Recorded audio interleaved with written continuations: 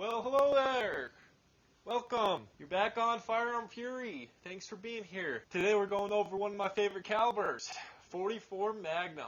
I love this caliber. I'll be going over 44 mag loads. I'll be shooting them out of a Ruger Super Blackhawk. Now, before I go over this, just a disclaimer. This is just what I do to reload.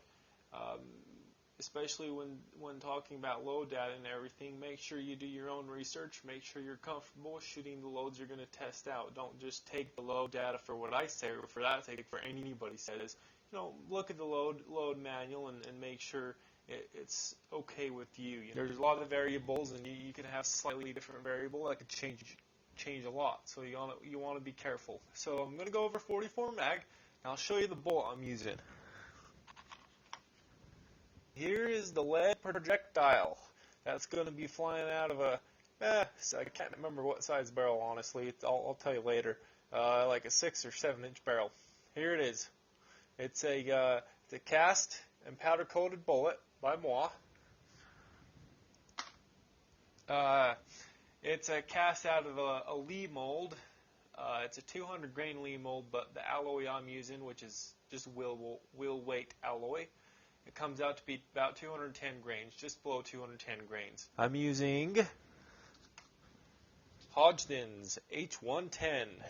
And I have tested these loads out before, these bolts, this powder out before, and I found that 25.5 grains was pretty accurate. It wasn't quite where I wanted velocity-wise, but we'll see what we can come up with. Maybe we'll fall back on that if nothing else works. And then I went all the way up to 26.5, and after 25.5, it seemed like just the accuracy decreased as soon as I got up a little bit more. Now the velocity. And now I'll go over some numbers here that I got from Hodgson's reloading information. So with the 200 grain bullet, it's a jacketed hollow point bullet. For velocity, the max is 1806 with 28.5 grains of H110. Now for a 210 grain jacketed hollow point, the max grain weight is 27.0 grains with a max velocity of 1665. Okay, so as you can see, there's a grain and a half difference there between the max velocity for just 10 grains. So what I'm going to do is, just because I've already tested some of these lower loads and I kind of know how they perform, I haven't had any pressure signs. They've seemed to be fine pressure-wise. I'm going to do 26.7 grains, 27.0, and 27.3. Now keep in mind, when I'm doing this, I'm being very careful. I'm making sure the pressures, everything is good before I move to the next load up, because this is right on the edge of the published max according to Hodgdon. So go ahead and see what these do. Now I'll take you through my reloading process. If you've seen some of my other videos, I have kind of more basic ones. This one, all the cases are sized. I'm just going to simply prime it, put the bullet in to the cartridge overall length, which is the same cartridge overall length as the load data, which is 1.600 inches. And then I will be factory crimping it, and I'll go over some of the details of why I do things a certain way here in this video. One thing to keep in mind with the load data that I got is the overall length they are using is the 1.6 as mentioned before. They are shooting this out of an 8.25 inch barrel, so it is slightly longer than mine. So the velocities, that could be the difference in velocities. They're using a longer barrel. Obviously, it's going to have larger velocities. They were also using a large pistol primer. I am using a Magnum large pistol primer. So I've got to be very careful. It's a little hotter primer, so that could increase the pressure. If you watch my video after this one, I'll go through and I'll shoot them, and I'll show you how I determine pressure on a revolver. Sometimes the primer can be a little deceiving, so I'll show you on the next video of how I do, and I feel like it's a pretty good indicator of pressure with revolvers. Actually, revolvers I feel like is kind of one of the easiest actions to find signs of pressure. Alright, without further ado, further talking, we'll go ahead and get into the loading. Alright, just put some CCI Magnum large pistol primers in these cases while the auto charger is working its magic. Now you might be thinking, oh, you're crazy, you got a progressive press right there and you're working pistol bullets on a single stage. And yeah, with 44 mag bullets, I do like to start out on the single stage press. I feel like the single stage press you can be a little bit more precise with, and for load testing I want to be as precise as I can, keeping it as consistent as I can. Alright, now I'm just getting these things primed, and I am actually opening the mouth of the case up a little bit. When you're using cast bullets, I've found it's a lot easier to work with. Flare the case mouth a little bit. It's a lot easier to see the bullet. So I go ahead and do that step as I put in the primers.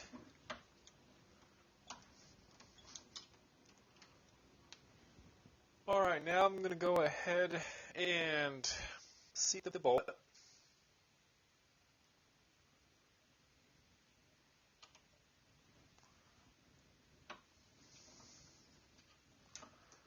And make sure we're at the right overall length.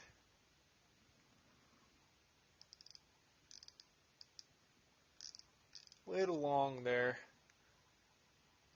It's always better to start out a little long and then to work your way in, rather than starting out too short and having to work your way back out.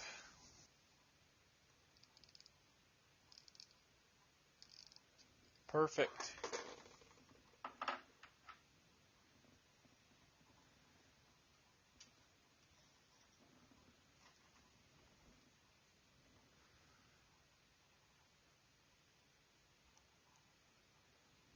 Nothing special with seating, and just get it to the right length is all.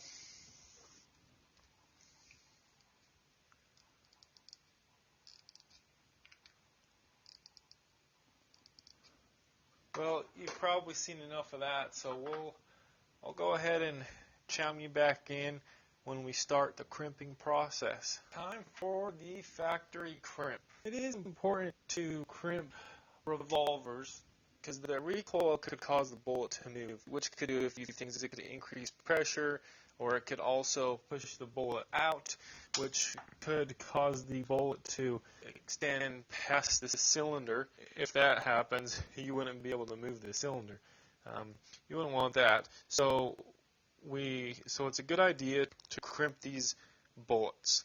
Now there's several different crimping methods. You can roll crimp, and what I personally do is I use the Lee factory crimp die. What this die is it squeezes the top of the case, squeezes it into the bullet, so it makes it tight so it can't move up or down.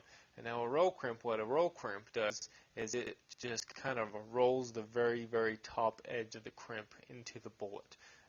This is a little bit more uniform, and it applies even pressure across a greater surface area of the case. In order to set this die up, what you do is you raise the ram a little bit, you make sure this top knurled portion is out a ways, and you go ahead and screw in the die until it comes in contact with the case, with the mouth of the case.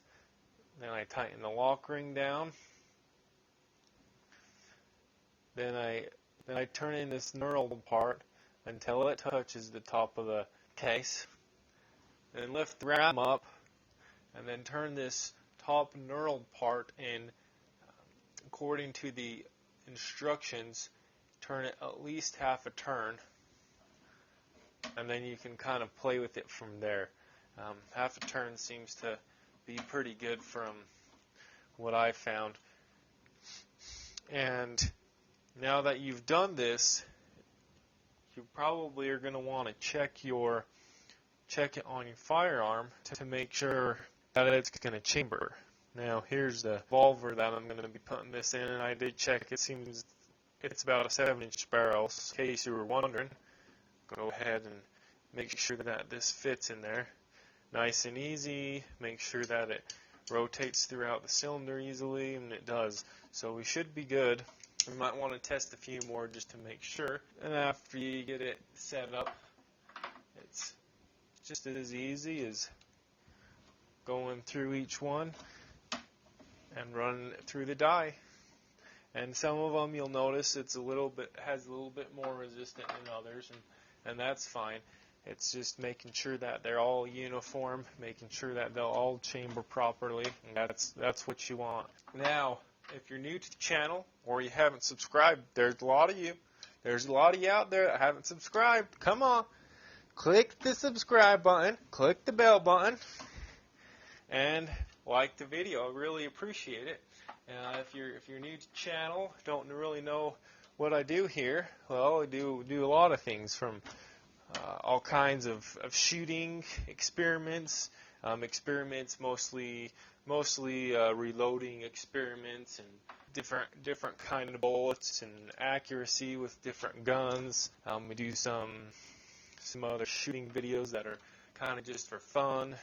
Go through my reloading process for different cartridges, check out different guns. If you like guns, if you like to reload, if you just like to be entertained, some of the videos are kind of just entertaining, just shooting videos for fun. And then subscribe. Hey, even if you don't like that stuff, subscribe. That would be awesome. You know, it's free, helps me out. Anyway, enough of that. So I'm just going to go ahead and run through this. Alright, now another important step. Make sure you create a label so you know what's going where, and put your bullets in accordingly. Well, thanks for watching. Stay tuned for the next video. We'll go and give these a test, see what the old 44 mag can do.